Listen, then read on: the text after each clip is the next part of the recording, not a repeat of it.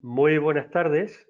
Muchísimas gracias por estar al otro lado de la pantalla.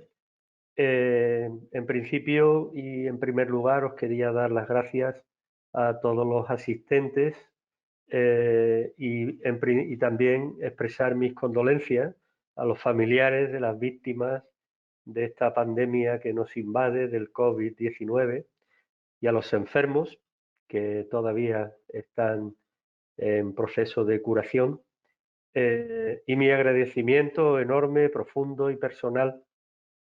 Como cada día a las 8 de la tarde salimos a los balcones a aplaudir a los sanitarios, a la policía, a todo el personal clínico, desde limpiadoras y cada uno de los que trabajan en los hospitales, de los que nos cuidan, a los policías y a los servidores públicos, que están detrás muchas veces, que no se ven, pero hacen un trabajo ímprobo para cuidar de nuestra salud. Quisiera también, antes de empezar, dar las gracias al IAD, al Instituto Andaluz del Deporte, al Centro Andaluz de Medicina del Deporte, especialmente a María de Nova y a la directora del CAMP, a Deocricia Jiménez, siempre tan atenta y siempre cuidando que la psicología del deporte sea parte importante de la formación no solo de los deportistas, sino también de todas las personas que tienen acceso. En el día de hoy me gustaría compartir con vosotros una investigación que estamos llevando a cabo sobre el impacto emocional y psicológico del COVID en deportistas de alta competición. Bueno, mi presentación, no sé si la habéis tenido a mano, soy José Carlos Jaénes Sánchez, licenciado en Geografía e Historia, licenciado y doctor en Psicología, especialista en Psicología del Deporte, profesor de la Universidad Pablo de Olavide de Sevilla, España, psicólogo del Centro Andaluz de Medicina del Deporte desde 2006 y muy orgulloso de ser psicólogo de la Federación Española de Remo, un deporte que aprendí a amar en el río Guadalquivir hace ya muchos años. Eh, para ir comenzando con esta presentación, quería comentaros dónde estaban nuestros deportistas justo antes del COVID. En principio, ¿dónde estaban? Pues ahí donde los veis, a Javi, a Jaime, clasificados para los Juegos Olímpicos de Tokio, cuando toque celebrarlos, en el río, con Estefanía, en el mar, con nuestro gran campeón del mundo, Machu López, en esas pistas con Sebas Martos olímpico en 3000 obstáculos, en, en, las, eh, en las carreteras donde están los triatletas, los deportistas de ciclismo, etcétera, y en esa foto a la que le tengo mucho cariño, donde está Manel ya clasificado para los Juegos, y también donde están Rocío y Natalia en el campo de regatas del Campeonato del Mundo. Es decir, que donde estaban nuestros deportistas era entrenando, dedicados a lo que saben hacer mejor que nadie, esperando pues todas las competiciones. Como estabais todos vosotros en casa, en el trabajo, en vuestro quehacer diario, y de pronto nos sorprende esta pandemia que nos ha llevado a una situación diferente. Esa situación diferente es esta que tenéis aquí. Esta es una Sevilla desconocida, una Sevilla de calles vacías, solidarias, donde es raro ver gente en la calle. En el centro, un parque infantil, hace tan solo unas semanas, lleno de bullicio de niños jugando, de padres disfrutando del sol, de los bares, de la farmacia, de las cafeterías que hay, de esa casa maravillosa que tenéis ahí a la derecha, en alguna manera desenchufados, ¿no? Como ese enchufe que tenéis ahí. De pronto esta pandemia nos sorprende, nos va anunciando donde nadie nos sabía dónde nos iba a llevar, y quiero alejar de aquí cualquier análisis político. Esto no tiene nada que ver con política. Aquí vamos a hablar de deporte, vamos a hablar de una pandemia que nos ha sorprendido a todos, y vamos a hablar de que estamos aislados, y voy a hacerme cargo de una frase que el doctor y profesor Javier Pérez Royo ha dejado en algún medio de comunicación. No estamos aislados socialmente, muy probablemente estamos más que nunca conectados. Probablemente cuando se hagan estadísticas de la cantidad de memes, de noticias, de bulos, de WhatsApp, de todo lo que es la conexión de redes, hemos estado y estamos seguramente más conectados que nunca, pero sí que estamos aislados físicamente y efectivamente el lema me parece fundamental, que es quédate en casa, stay home, para mis alumnos norte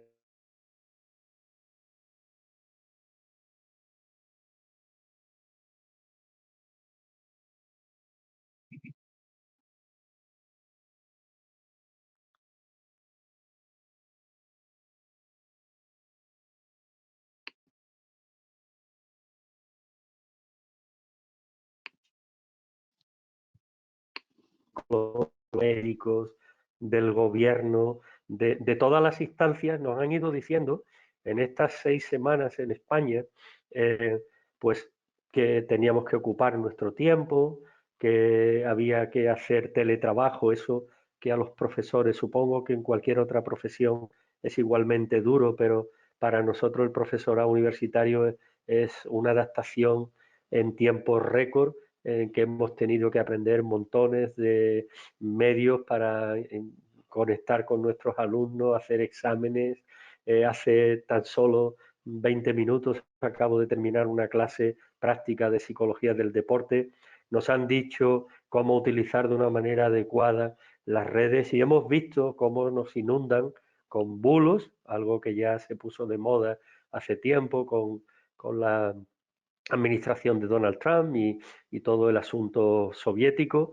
Nos han dicho que nos mantengamos informados y la mejor información pues quizás sea la información oficial que vamos recibiendo, quitando ideología es lo que vamos teniendo y sobre todo quisiera pues que evidentemente es muy importante esa labor que estáis haciendo o que estamos haciendo los padres, cuidando de nuestra familia, de nuestros hijos, intentando que ocupen su tiempo, a veces en más metros cuadrados, a veces en metros cuadrados menos viviendas con menos acogedoras, donde en barrios como Los Pajaritos en Sevilla, el barrio más pobre de Sevilla, o el barrio de las 3.000 viviendas en Sevilla también, o en muchos barrios de todas esas ciudades donde estáis viviendo, en unos metros cuadrados mínimos, cómo estarán pasando esos padres una situación, en muchos casos, de hambre, y de necesidades primarias, eh, cómo están pasando ese tiempo para intentar llevar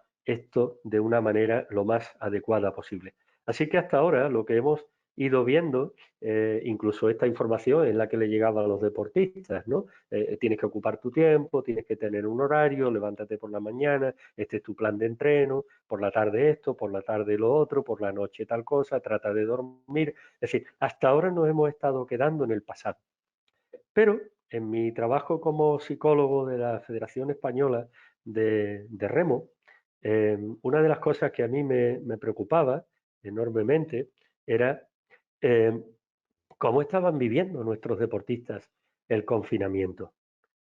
A mí me preocupa que mis deportistas, los que atiendo en el Centro Andaluz de Medicina del Deporte y en la Federación Española, tuvieran una información desde el punto de vista psicológico lo más cercana, lo más certera, que pudieran ayudarle, incluso que pudieran contactar cuando lo necesitaran con el psicólogo de la Federación o con el psicólogo del CAMP, en este caso es la misma persona, simplemente para seguirle, darle pautas, si tenían alguna situación que les sobrepasaba, pues que pudieran saber exactamente cómo actuar. Es decir, una interacción muy directa, que en muchos casos probablemente en otras federaciones no se ha hecho de la misma manera, pero que en este caso desde el primer momento la federación, los entrenadores y los directivos, evidentemente, eh, tuvimos cuenta del alcance que esto iba a tener.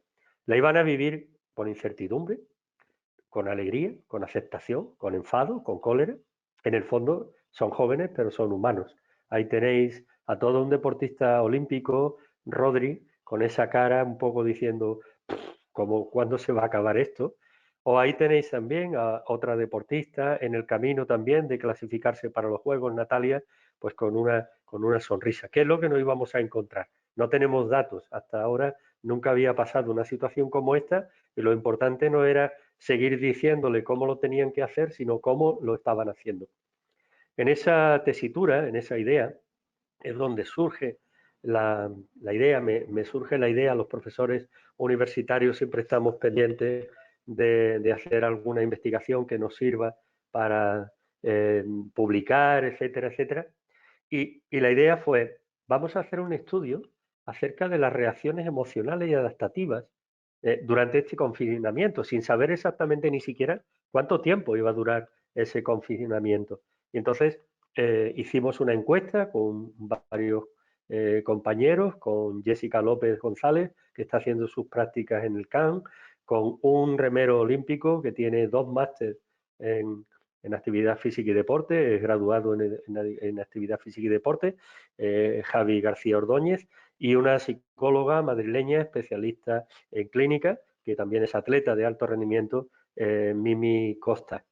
Cuando empezamos a trabajar en esto y pedimos apoyo, rápidamente yo creo que se dieron cuenta de la importancia que podía tener saber qué estaba pasando con nuestros deportistas y rápidamente se adhieren no solo la Universidad Pablo de Olavide, que es donde yo tengo mi responsabilidad como investigador, sino el Centro Andaluz de Medicina del Deporte, perteneciente a la Consejería de Educación y Deporte, sino la Federación Española de Remo y la Real Federación Española de Natación.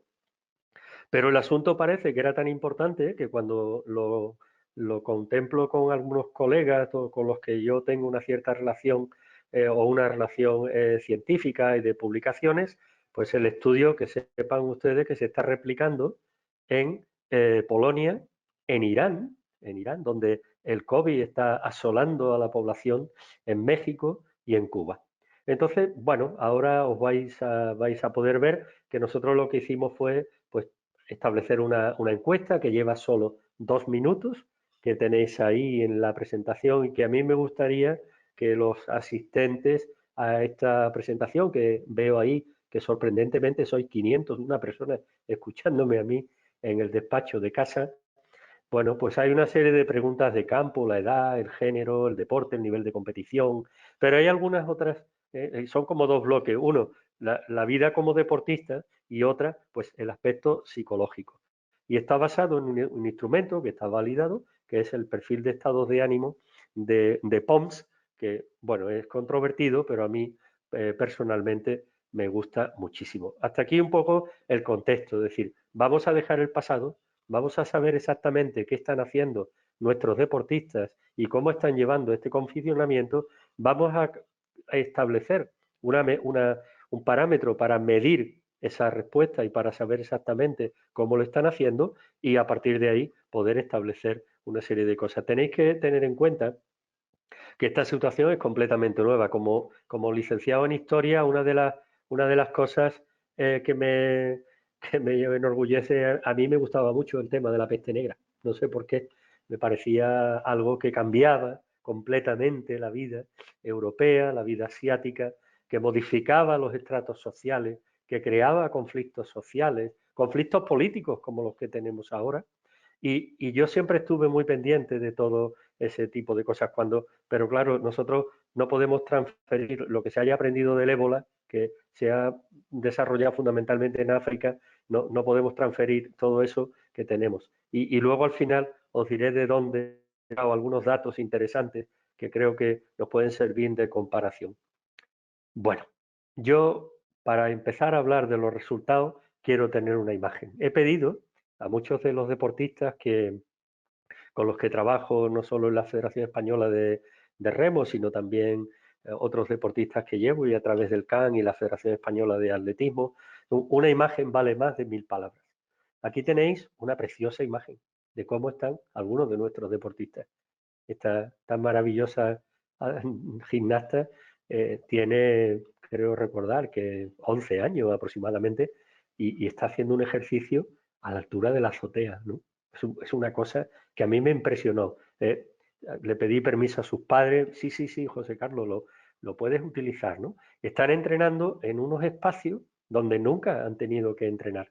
Y una de las cosas que luego voy a plantear es si esto les ayudará, si este confinamiento les va a ayudar a sentir menos ansiedad precompetitiva y a enfrentarse de una manera mucho más directa, con menos ansiedad, con mayor capacidad de afrontamiento a la situación de competición. Bien, he recogido algunas de esas fotos, por ejemplo. Tenemos aquí a una corredora de 1500, alumna mía en la Pablo de Olavide, una muy buena corredora, entrenando en la azotea, ¿no? Y me llama la atención y la he puesto ahí, pues porque tiene colgado garrafas de agua en las pesas. A muchos deportistas no les llegó todo el material que necesitaban, ¿no? Y esto ha fomentado mucho en nuestros deportistas la creatividad. Y esto es muy importante porque en los humanos la creatividad, la curiosidad, el buscar soluciones es algo que nos hace madurar rápidamente. Luego tenemos ahí a otra de nuestras remeras internacionales en su cuarto, en Málaga, donde ha instalado su ergómetro, que yo creo que nunca había entrenado en un sitio tan estrecho, ¿no? O en algunos deportistas, como el caso de Robert Alaiz, y no sé si es Jesús Gómez, porque está mirando a otro sitio, muchos deportistas que les sorprendió el confinamiento, el principio del confinamiento en un centro de alto rendimiento. Y aquí quiero aclarar una cosa, en algunos casos se ha hecho no sé, una crítica, ¿no? Yo no voy a decir un ataque, algunas federaciones que parecía que sus deportistas estaban entrenando en unas condiciones, en un centro de alto rendimiento y que salían al agua. No, lo que pasa es que a muchos de los deportistas que habían tenido contacto con deportistas pues asiáticos, etcétera, etcétera, que podrían haber infectado del coronavirus, hacerlos volver a su casa era correr un peligro tremendo y muchos de ellos se han quedado en centros para entrenar fundamentalmente porque ahí iban a vivir el aislamiento. Eh, bien, os voy a dar una idea, porque claro, es importante, ¿no? De cuáles son un poco las estructuras, ¿no? Os tengo que decir, y esto es una muy buena noticia, María, Leo, eh, cuando he empezado, minutos antes de empezar esta presentación, ya teníamos más de 1.500 deportistas. Probablemente, igual que con el COVID virus, que todo va cambiando muy rápido y cuesta mucho trabajo adaptarse porque lo de ayer ya casi no vale para hoy. Este estudio está hecho sobre una muestra de 867 deportistas españoles, pero es que ya tenemos 1.500, ¿no? Así que vamos a tener aquí para estudiar durante mucho tiempo y quizás me tengáis que ver la cara y a mis colaboradores también durante mucho tiempo. Básicamente tenemos remo, natación, atletismo, triatlón, gimnasia, como veis ahí. Una cosa interesante, ¿no? Porque siempre cuando tenemos una muestra entre hombres y mujeres, la diferencia es bastante grande, pero aquí no es muy grande, hay un 44% de las encuestas. Como veis ahí, simplemente porque no voy a leer la pantalla, eh, tenemos un 13% que compite a nivel internacional, el dato habrá cambiado, y el 49, casi el 50% compite a alto nivel. Bueno, ¿qué es lo que le hemos preguntado? En una parte había preguntas de tipo relacionadas con el aspecto más, digamos, de entrenamiento y luego la parte emocional. Por ejemplo, le hemos preguntado si tenían material para entrenar y ahí tenéis los resultados, ¿no? Hay un porcentaje. Uy.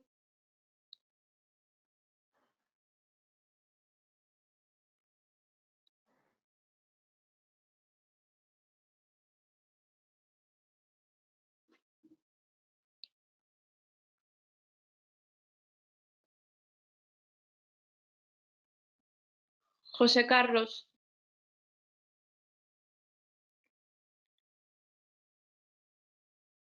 Necesario poder, para Oscar, poder. disculpa, se ha perdido un momentillo la conexión. Si puedes volver un poco atrás. Vale, ¿dónde puedo volver? ¿A la muestra o ya directamente a algunos resultados? Cuando empezaste esta parte justo.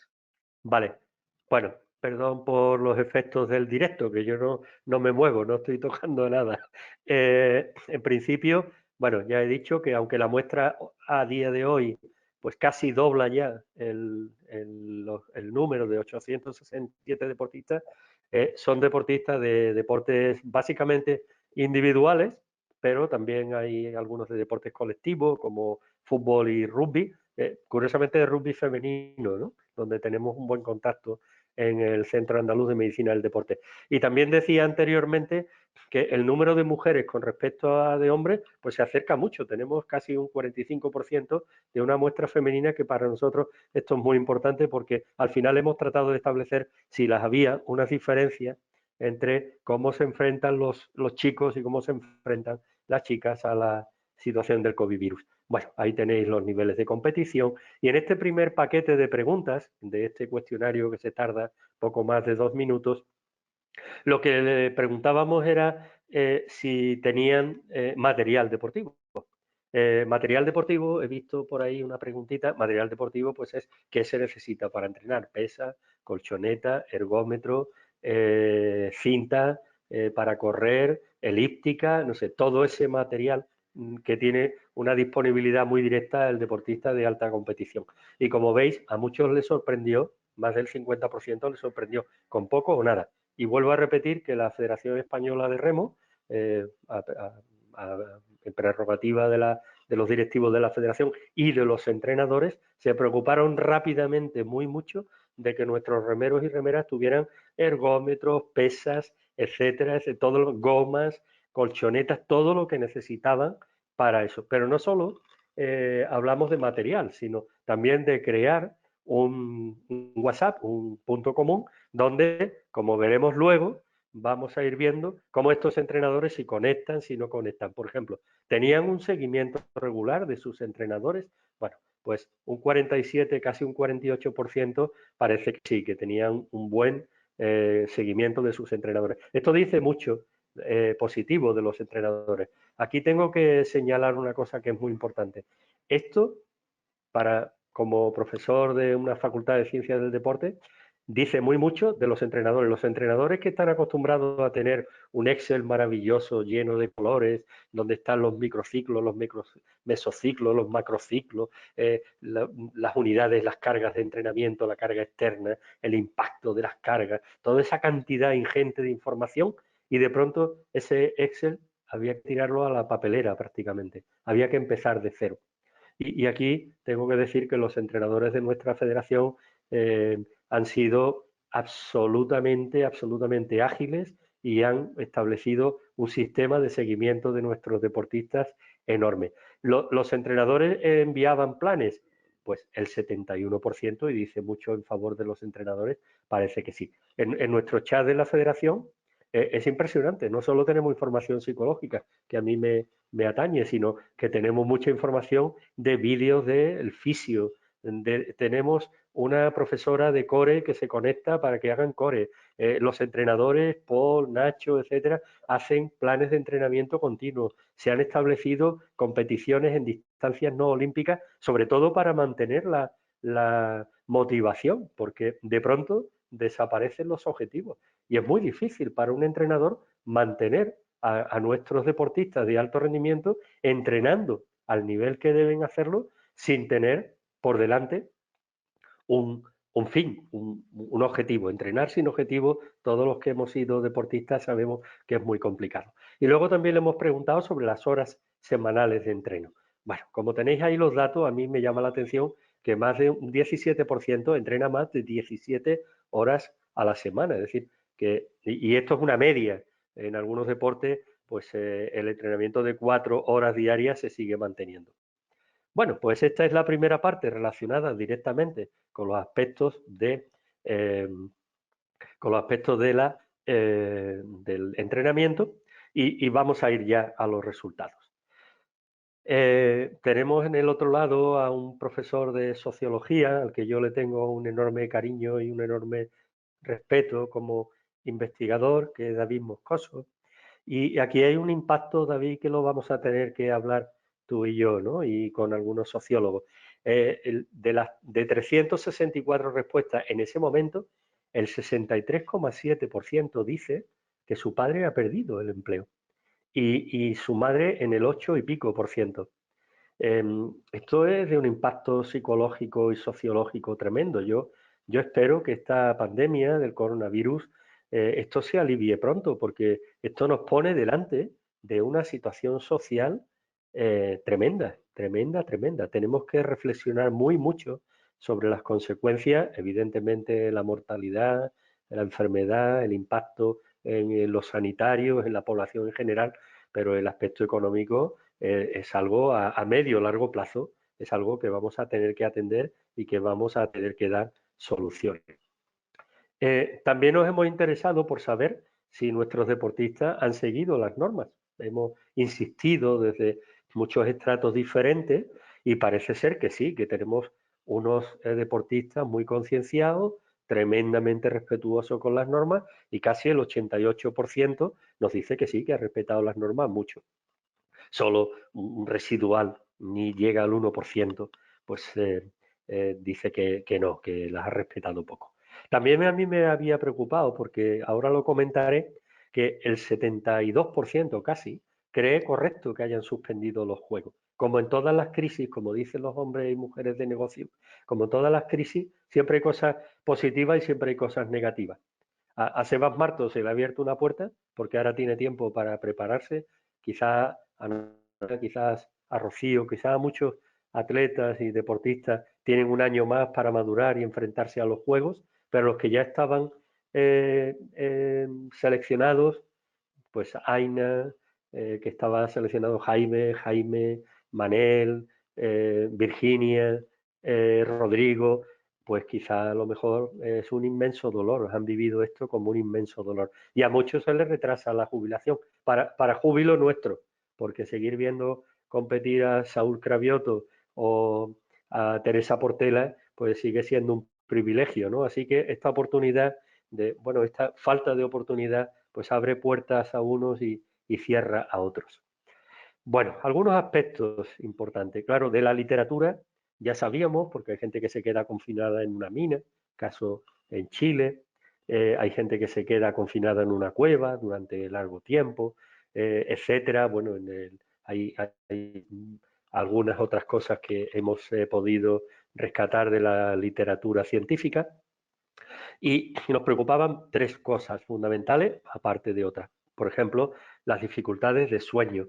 Las dificultades de sueño en tiempos de estrés postraumático, en tiempos de enclaustramiento, etcétera, son conocidas, ¿no? Hay un autor, Antti Robosno, que nos dice que las pesadillas que probablemente muchos de nosotros hemos sufrido en estos días, pues sirven, parece, como para simular eventos amenazantes y ensayar cómo enfrentarse a ellos, cómo ensayar la evitación y la percepción. Otros investigadores del sueño, un tema tremendamente interesante desde el punto de vista neuropsicofisiológico, son que estas pesadillas son respuestas emocionales fuertes, simulacros, que se dan en la fase REM. Bueno, pues como son gente joven, a lo mejor se da un poco menos, pero a mí me llama la atención que el 45% de nuestros deportistas relatan que sí, que han tenido mucho o muchísimo dificultades de sueño. Probablemente una de las cosas que habéis notado todos, deportistas y no deportistas, que a mí también me ha preocupado y que me ha pasado, son las alteraciones en la concentración. Y el 55% dice que un poco y bastante. Solo mucho y muchísimo, solo poco. Pero la alteración de concentración, nosotros hicimos un documento para los remeros que eran las obligaciones y las devociones. A veces os habéis dado que hemos tenido que ir saltando de una cosa a otra un poco por intuición, por motivación, por ganas, porque cada vez cuando ha pasado el tiempo del confinamiento tenemos menor capacidad de concentrarnos. El día se nos hace largo, pero al mismo tiempo muy corto. No tenemos tiempo para todo. Este confinamiento ha roto una cosa que se había ganado en la sociedad, y es que tenemos un horario de trabajo y ahora no hay horario.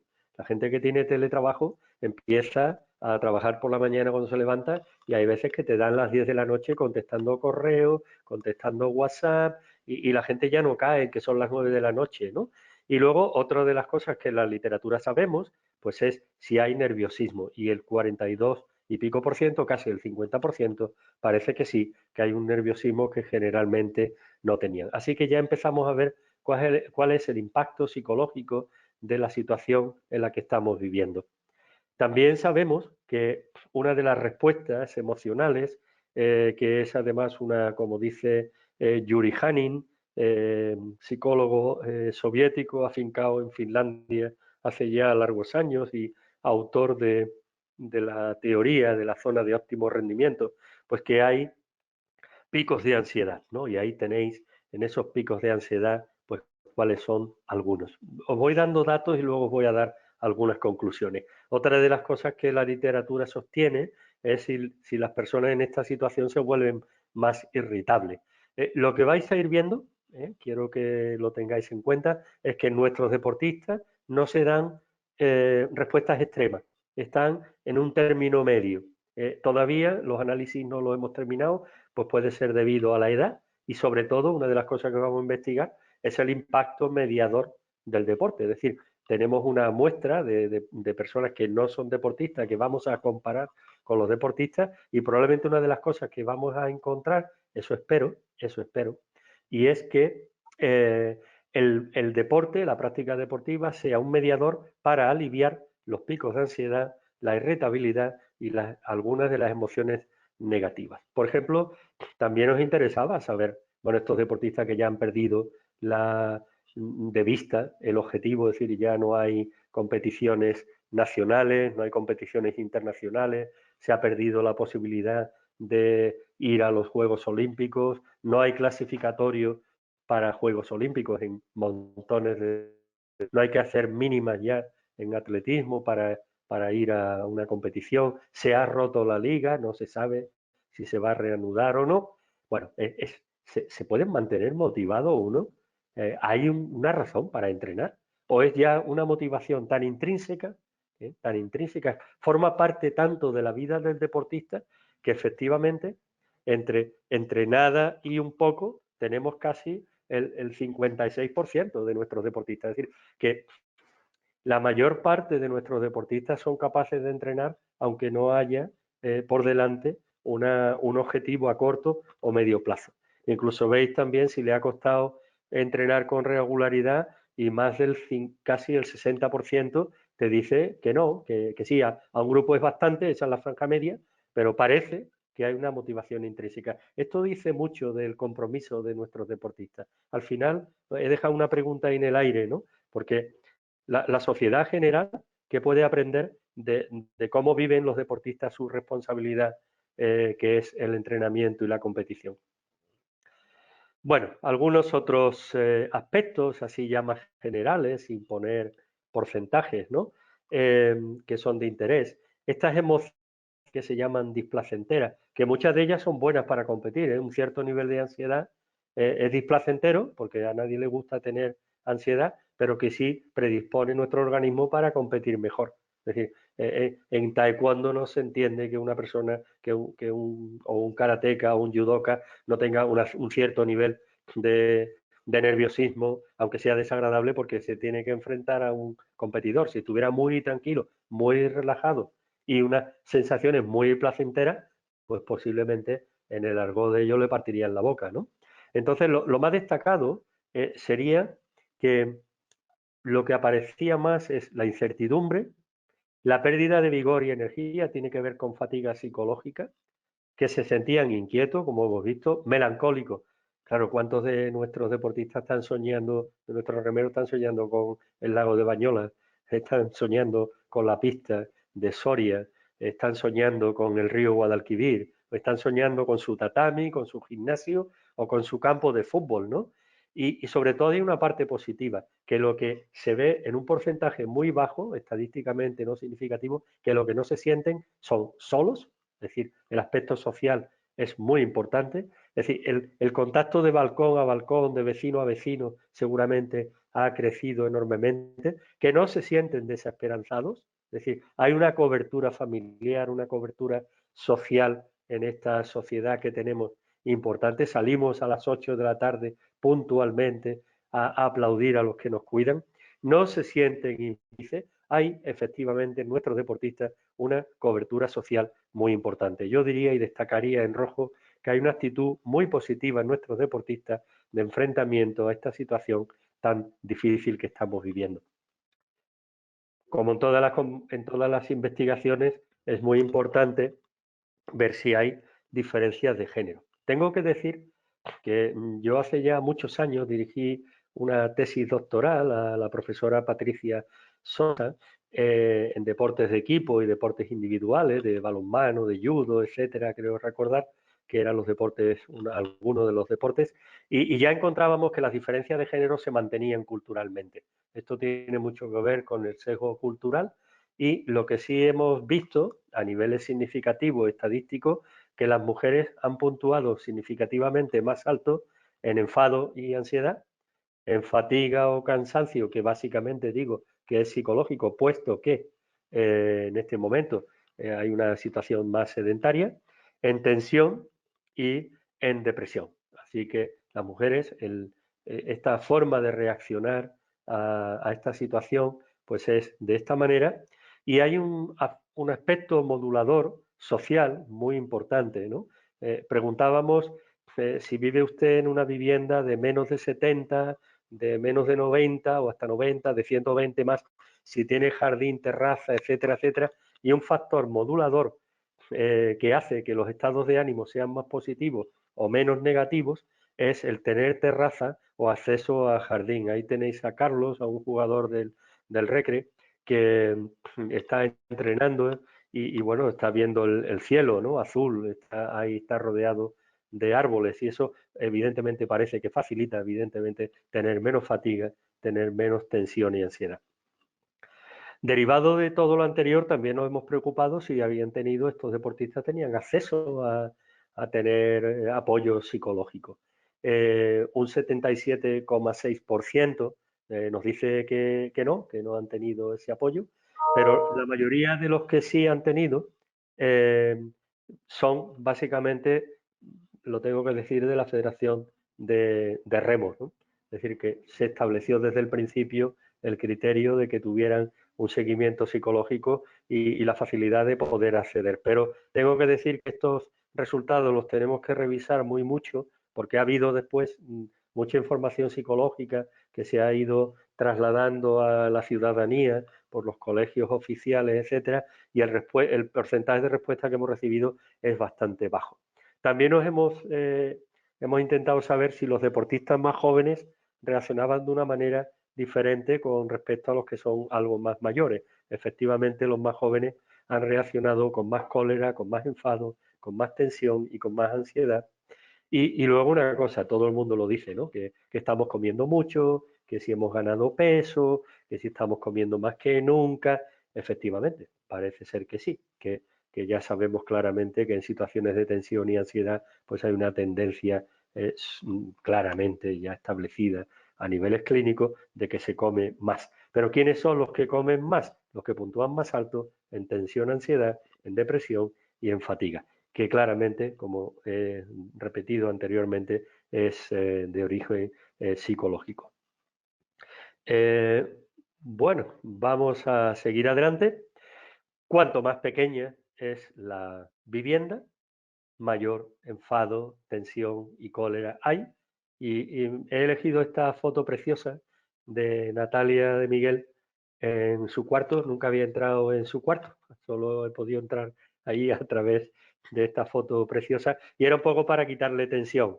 Ahí la tenemos con su magnífico ergómetro, con su etiquetita de Proxys, ¿no? Que les ayuda a mantenerse sano en el aspecto nutricional. Y, y bueno, tiene una cara de felicidad, aunque sé que ha habido momentos a veces duros en este enclaustramiento. Y que ella estoy seguro que junto a su compañera Rocío van a ir a los Juegos Olímpicos sí o sí. Bueno, os voy a dejar disfrutar, voy a silenciarme durante unos segundos y os voy a enseñar algunos ejemplos que vale la pena ver.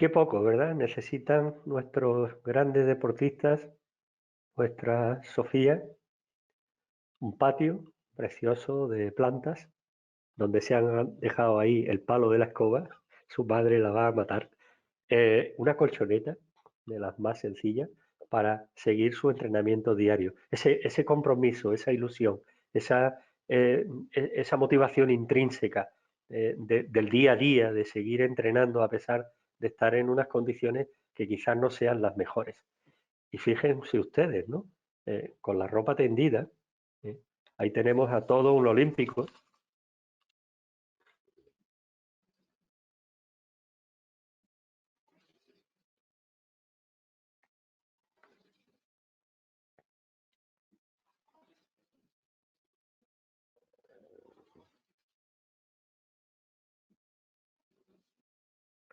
A Javi García Ordóñez, uno de los autores de esta investigación, pero quiero que vean unos detalles. Al fondo ven ustedes unas pesas. Aquí a la derecha ven ustedes una bicicleta. En un espacio tan reducido, la Federación, él mismo, ha logrado tener el mínimo indispensable para seguir manteniéndose en forma. A mí me gusta hacer la broma de que ese es mi cuerpo hace unos años con la cara de Javi, pero creo que eso nunca lo conseguí, ¿no? En un espacio tan reducido, donde está la ropa tendida, no sé si es una azotea o un patio, es donde están entrenando nuestros olímpicos. Y también os voy a enseñar otra cosa más, en un espacio todavía más reducido, ¿no?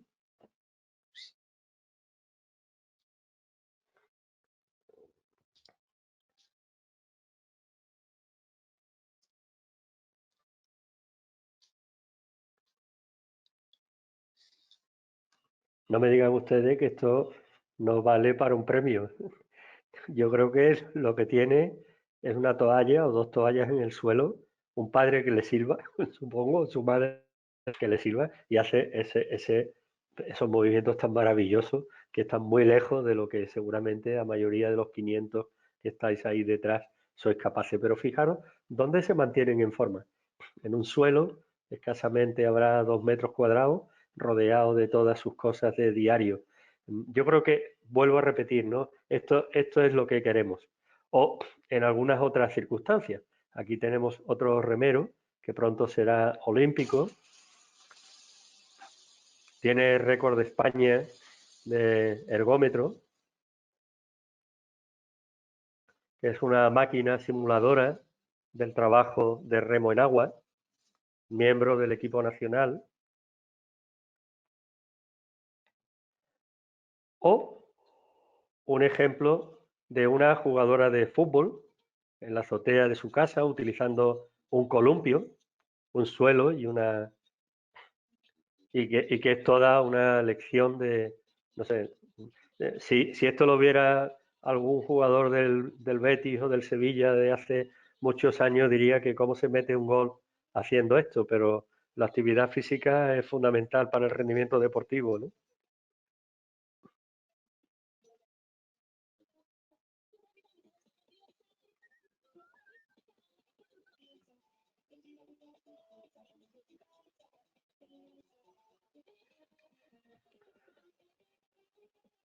Bueno, estamos terminando. ¿Cómo se entretienen nuestros deportistas fuera del ámbito de estar entrenando, ¿no? Pues evidentemente la mayoría de ellos, como podéis bien imaginar, pues son las redes sociales que se han encendido, ¿no? El segundo lugar, con el uso de los videojuegos, que incluso son compartidos y le ocupan mucho tiempo. También escuchar música, leer y estudiar. Muchos de ellos, pues, por ejemplo, en algún caso como Natalia, pues que había dejado aparcados sus estudios universitarios para centrarse en la preparación de la clasificación olímpica, pues ha pedido la readmisión de la universidad, es decir, que han intentado entretenerse de una manera lo mejor posible, ¿no? Eh, bueno, pues yo para terminar no me quedaría solo en lo que están haciendo, sino una proyección de futuro. ¿Qué pasará en el futuro? Yo he leído mucho y como vosotros habéis escuchado mucho, eh, que vamos a cambiar, nuestra sociedad va a cambiar, van a cambiar un montón de cosas, vamos a ser diferentes.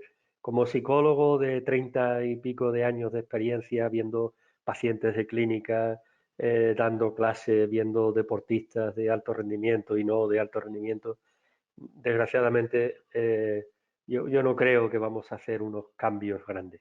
He estado buscando en la literatura, ¿no? Pero decía antes que el ébola es un contexto muy africano, que no nos sirve mucho en la Europa occidental o en los países que ahora tenemos más información. Hay otro virus por ahí, SARS, que tampoco he conseguido mucha información en el impacto. Y, y yo recuerdo que un día estaba en consulta, eran las 3 de la tarde en Sevilla, termino la consulta, subo a mi casa, en la primera planta, tengo el despacho abajo, y mi esposa me, José Carlos, corre, corre, corre, están ardiendo las torres gemelas. Yo que he corrido 2 veces el maratón de Nueva York, que adoro la ciudad de Nueva York, yo viví durante un año cerca y viajaba casi cada fin de semana a la ciudad y la conozco bien y ya digo que estoy enamorado de ella.